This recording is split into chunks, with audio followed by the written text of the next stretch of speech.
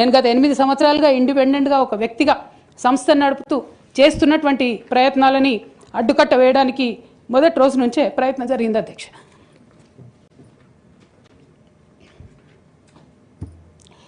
కానీ ఎక్కడ కూడా నేను తెలంగాణ బిడ్డలని, తెలంగాణ ప్రజల్ని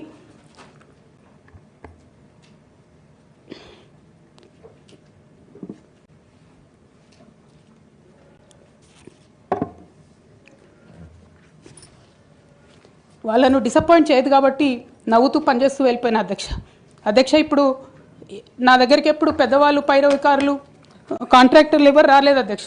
నేను ఎప్పుడు కూడా పేద ప్రజల మధ్యలోనే ఉండి పనిచేస్తున్నాను అధ్యక్ష.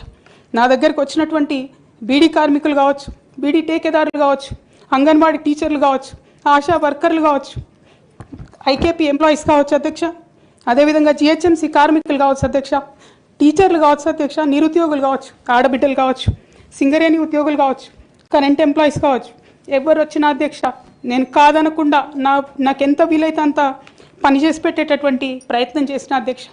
అయినా సరే అధ్యక్ష, పార్టీ మౌత్ పీసులుగా ఉండేటటువంటి పార్టీ పేపర్లు, పార్టీ ఛానళ్ళు ఏ ఒక్కరు కూడా ఎన్నడూ కూడా మద్దతు ఇవ్వలేదు అధ్యక్ష. అయినా సరే ధైర్యం వదులుకోకుండా మొక్కువని ప్రయత్నంగా నేను ప్రయత్నం చేస్తూనే వెళ్ళాను అధ్యక్ష. తెలంగాణ రాకముందు, బీఆర్ఎస్ ప్రభుత్వం ఏర్పడకముందు ఒక మాట అనుకున్నాం అధ్యక్ష. కేసీఆర్ గారే పదే ఈ మాట చెప్పారు. ఉమ్మడి రాష్ట్రంలో మనకు కాంట్రాక్ట్ వ్యవస్థ వచ్చింది, మరి కాంట్రాక్ట్ ఎంప్లాయీస్తోని, అవుట్సోర్సింగ్ ఎంప్లాయీస్తోని దేశానికి నష్టం జరుగుతుంది, రాష్ట్రానికి నష్టం జరుగుతుంది, అందరికన్నా ఎక్కువ తెలంగాణ యువకులకు నష్టం జరుగుతుందని చెప్పారు అధ్యక్ష. ఆనాడు వారు సరదాగా ఒక మాట అనేవాళ్ళు, అందరికీ కాంట్రాక్ట్ పోస్ట్ ఉంది, మరి ముఖ్యమంత్రికి కూడా కాంట్రాక్ట్ పోస్ట్ ఉంటుందా అని చెప్పి ప్రశ్నించేవారు అధ్యక్ష.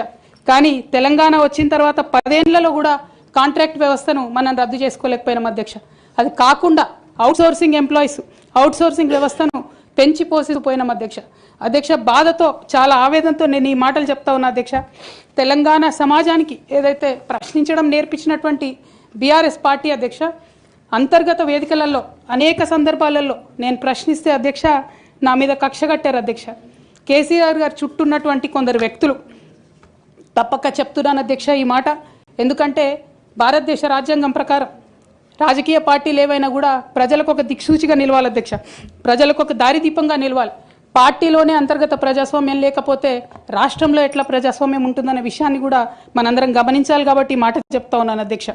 మరి కక్షగట్టి నన్ను ప్రశ్నించినందుకు పార్టీ నుండి బయటకు పంపించారని చెప్పి చెప్పక తప్పదు అధ్యక్ష. మొదటి సంవత్సరం నుంచే